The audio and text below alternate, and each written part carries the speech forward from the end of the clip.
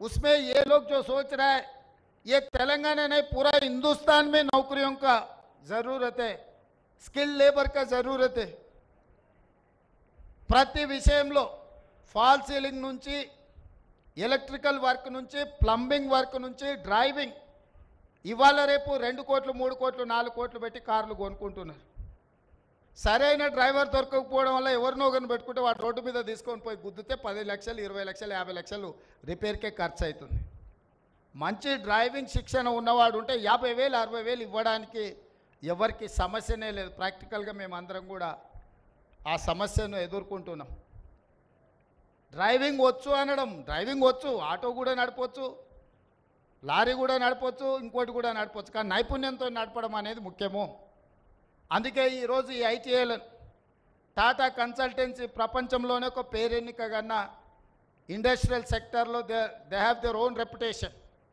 అందుకే వాళ్ళతోని సాంకేతిక నైపుణ్యం చేసుకొని ఒక ఒప్పందం చేసుకొని రాష్ట్ర ప్రభుత్వం టాటా సంస్థ కలిపి 2,324 కోట్ల రూపాయలతోటి 65 ఐటీఐలను సాంకేతికంగా రోబోస్ నుంచి మొదలు పెడితే అత్యంత అధునాతనమైన మెషినరీ తీసుకొచ్చి మెషినరీ పెట్టి వదిలేయడం లేదు, అందరికీ ట్రైనింగ్ ఇచ్చి ఐటీఐలో ఉండే లెక్చరర్స్కి కానీ ఐటీఐలో ఉండే టీచింగ్ స్టాఫ్కి కూడా ట్రైనింగ్ ఇచ్చి టెక్నికల్ ట్రైనింగ్ ఇచ్చి మీ విద్యార్థులు అందరూ కూడా శిక్షణ ఇవ్వడానికి అవసరమైన కార్యాచరణను ప్రణాళికలను అన్నిటిని తీసుకొని రాష్ట్ర ప్రభుత్వం ముందుకు వచ్చింది.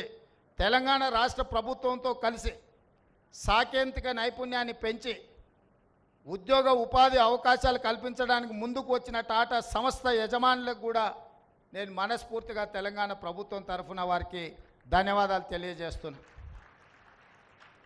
ఈ యువత ఈ దేశ సంపదనే యువత. ప్రపంచంలో ఐటీ రంగంలో ప్రతి 10 మంది సాంకేతిక నిపుణులల్లా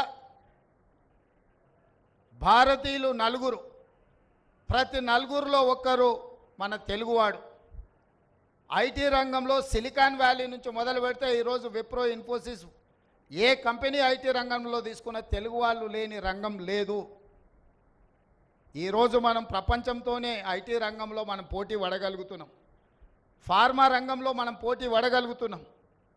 ఆనాడు ప్రభుత్వాలు ఆ రంగాలలో ఫోకస్ పెట్టడం వల్ల అందులో మనం ప్రపంచంతో పోటీ పడుతున్నాం. మరి ఈరోజు మిడ్ సెగ్మెంట్లో